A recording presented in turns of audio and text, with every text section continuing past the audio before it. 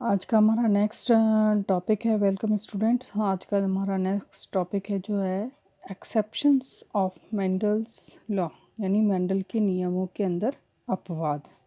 कौन कौन से ऐसे अपवाद है? देखिए, प्रकृति के अंदर अपवाद सामान्य रूप से प्रत्येक कार्य सामान्य रूप से होता है, लेकिन फिर भी कुछ न कुछ प्रकृति के अंदर इतनी वैरायटीज़ या इतनी डिफ्रेंशिएशन, इतनी विविधताएं पाई जाती है कि उसकी कुछ न कुछ उसके अंदर अपवाद हमें देखने को, कुछ स्पेशल वैरायटीज़ जो कि एक जनरल कैरेक्टर से हटकर हो सकती है, वो हमें देखने को मिल सकती है। प्रत्येक चीज़ को अंदर देखें तो यहाँ पर हम देखें कि जो मेंडल ने जो नियम दिए थे डोमिनेंसी का और लॉ ऑफ इनहेरिटेंस और गैमेट्स की प्योरिटी का, तो इन तीनों नियमों के अलावा यहाँ पर जो मेंडल की जो नियम हैं उन नियमों को का अपवाद, यानी कि वो नियम इस नियम पर लागू नहीं होते। इन तीनों नियमों का यहाँ पर पालना नहीं होती, जिसे हम अपवाद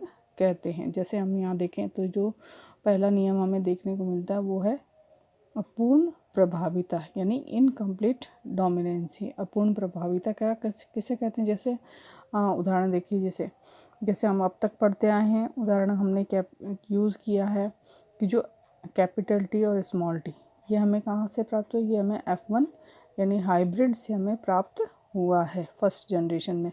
तो देखें, इसकी प्रत्येक जो उसका जो पेयर्स होता है कि एलील्स में एक डोमिनेंट और दूसरा रिसेसिव यानी अप्रभावी जीन रहता है।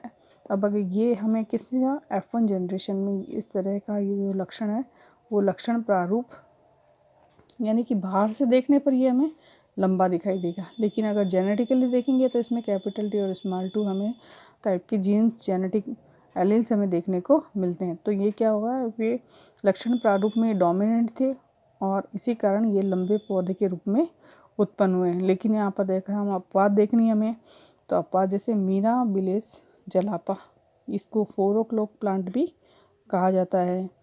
और में जो हाइब्रिड्स हो जाए जो कि F1 जनरेशन में हमें प्राप्त होता है, उसमें इंटरमीडिएट मध्यवर्ती लक्षण प्रकट हो जाते हैं। अब मध्यवर्ती लक्षण किसे कहते हैं कि अगर हमें रेड प्लांट का क्रॉस कराते हैं, जैसे लॉन्ग और शॉर्ट प्लांट का क्रॉस कराए तो हमें लॉन्ग प्लांट प्राप्त हुए, जो हमें फिनोटाइप यानी लक्षण रूप से देखने पर लंबे थे, लेकिन जेनेटिकली उनके अंदर चेंज था।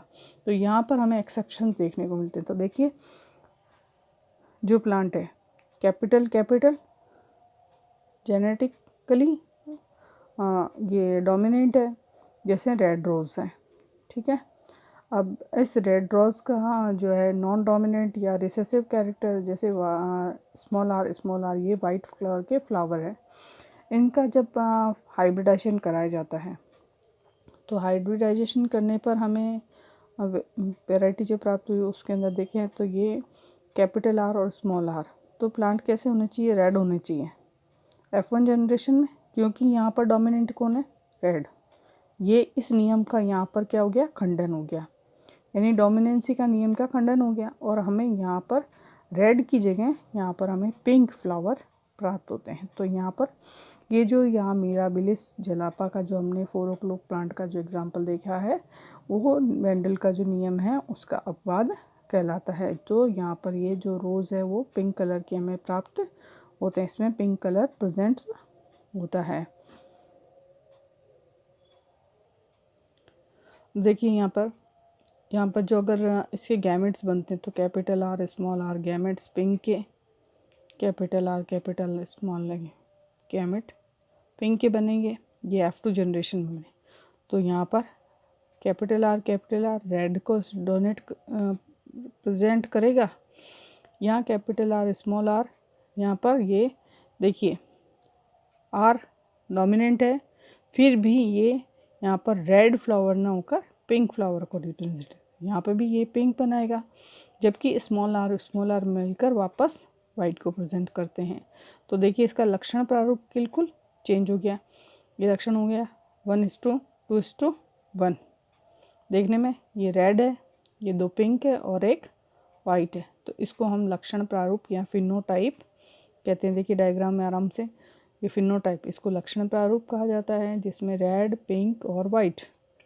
जैसे अगर इसका जेनेटिकल देखें तो रेड जीनोटाइप क्या है, जीनोटाइप में 1:2:1 है, तो जीनोटाइप में रेड है वो कैपिटल आर आ रहा है, और कैपिटल आर और स्मॉल आर है वो पिंक कलर के हैं, और स्मॉल आर कैसे हैं, रेड वाइट कलर के हैं। तो यहाँ पर इसका यहाँ पर खंडन हमें देखने को मिलता है।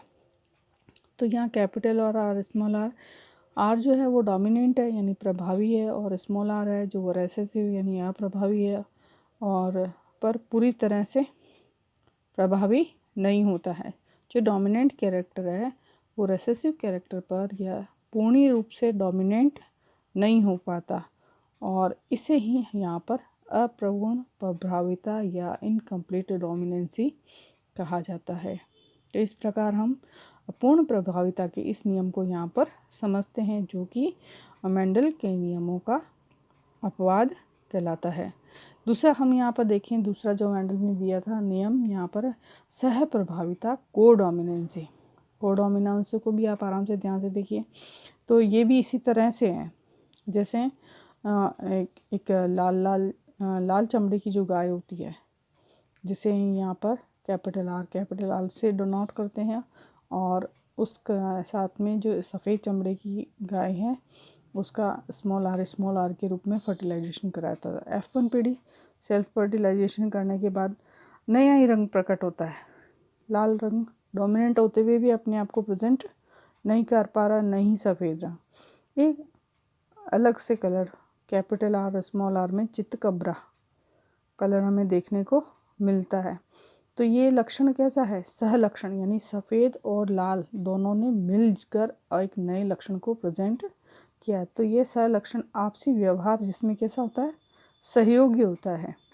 जैसे अगर इसका जीनोटाइप देखें तो कैपिटल आर, यहाँ पर देखिए F2PD के लिए कैपिटल आर स्मॉल आर में से हाइब्रिडेशन कराई जाए तो capital R capital small R और आर यानी कि 1:2:1, लाल 1, चितकबरे 2 और सफ़ेद 1, ये हमें फिनोटाइप रेशियो हमें यहाँ पर प्राप्त होता है। ठीक है, लक्षण प्रारूप हमें प्राप्त होता है। इस प्रकार हम यहाँ पर जो तीसरा नियम बताया गया, ये कोडोमिनेंसी का समझ में आ गया आपको कि कोडोमिनेंसी में दोनों ही जो लक्षण होते हैं वो एक दूसरे के प्रभाव को प्रकट नहीं होने देते, यानी आपसी सहयोग होते हैं। तो ये सहलक्षण आपसी व्यवहार सहयोगी होता है इसमें दोनों का ही, और जिस कारण दोनों ही चितकबरे हैं, जिसके अंदर लाल भी रंग प्रेजेंट है और सफ़ेद रंग भी इसके अंदर प्रेजेंट है। तो थोड़ा ही दोनों प्रेजेंट होने के कारण अपना आपसी व्यवहार प्रेजेंट कर रहे हैं। तीसरी जो चीज़ आती है वो आती है लिथल जीन या घातक जीन, जिसका अंदर हमने अभी डोमिनेंट लॉ ऑफ डोमिनेंट के अंदर जिसको देखा था, घातक जीन्स क्या होते हैं।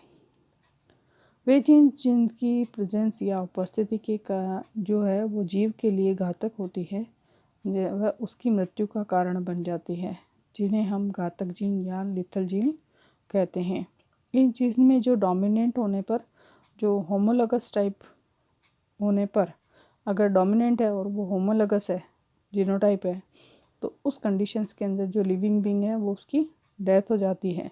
लेकिन ये जो जीन है जो ज़्यादातर कैसे होते हैं, रिसेसिव यानी अप्रभावी जीन्स होते हैं, जिसके कारण जो कंडीशन कैसी बनती है, हेट्रोजाइगस बनती है, और हेट्रोजाइगस होने के कारण ये अपने लक्षणों को क्या नहीं कर पाते, प्रकट नहीं कर पाते, और सजीव की मृत्यु नहीं हो पाती।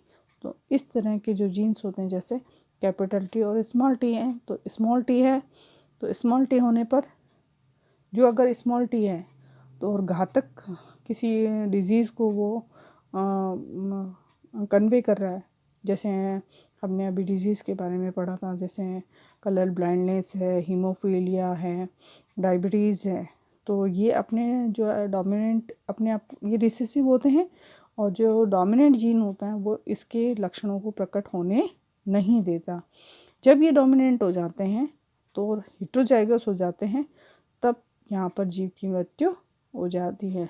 तो यूँ थर्ड टाइप में हमने पढ़ा मेंडल के नियमों के अपवादों में पहला पढ़ लिया अपूर्ण प्रभाविता, दूसरा पढ़ लिया कोडोमिनेंस और तीसरा पढ़ा हमने यहाँ पर लीथल जीन्स। तो यहाँ आप देखिए इसके एग्जाम्पल भी देख रखे हैं, जैसे स्किन कलर ऑफ माइस, यानी कि चूहे का जो कलर होता है वो capital Y yellow colour homologous है। तो इसका एग्जाम्पल दिया है, तो इसके जो चूहे होंगे वो सारे मर जाएंगे, उनकी मृत्यु हो जाएगी। तो यहाँ पर एग्जाम्पल दिया है ल्यूसीन क्यूनोट 1905 ने इसमें सबसे पहले इस लीथल जीन्स या घातक जीनों पर काम किया था। ल्यूसीन क्यूनोट इसने, और घातक जीन होने पर सजीव क्या होता है, होमोलोगस होने पर मर जाएगा, लेकिन कैपिटल वाई और स्मॉल वाई के रूप में ये कैसा हो गया, हेट्रोजाइगस होने पर इसके अंदर जाइगोटिक वेरिएशंस पा गए। कैपिटल वाई स्मॉल वाई होने के कारण ये कैसा हो गया, हेट्रोजाइगस होने पर ये इसमें जो लिविंग बीइंग होगा उसके अंदर डेड नहीं होगा। अब इसको एक एग्जांपल से देखिए, यहाँ पर पीले चूहे जिसमें अंदर कैपिटल वाई स्मॉल वाई और पीले चूहे का जो हाइब्रिडेशन कराया जाए जिसमें capital Y small Y presence है, हाइब्रिडेशन कराने पर कैपिटल वाई स्मॉल वाई हमें प्राप्त होता है, और ये कैसे हैं, हेट्रोजाइगस क्रॉस रेशियो हमें 2:1 के रूप में प्राप्त होता है। तो यहाँ देखिए Y capital Y small Y capital Y small Y का हाइब्रिडेशन वाई स्मॉल वाई और ये वाई। तो यहाँ पर देखिए ये जो डोमिनेंट यह होमोलोगस है, इसको देखिए यहाँ पर बताया ये होमोलोगस है। होमोलोगस जब भी रहेगा तो क्या हो जाएगा, चूहे की डेथ हो जाएगी।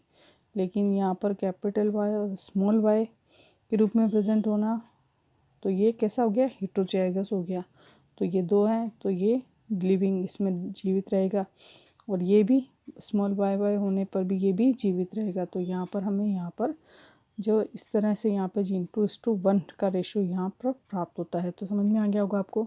तो इसीलिए जो डोमिनेंट होमोलोगस होने पर एक है उसके कारण डेथ हो गई, और 2:1 यानी कि कैपिटल वाई स्मॉल वाई और वाई स्मॉल वाई ये जीनोटाइप रेशियो हमें प्राप्त होता है। फिनोटाइप में ये कैसे होते हैं, पीला और भूरा।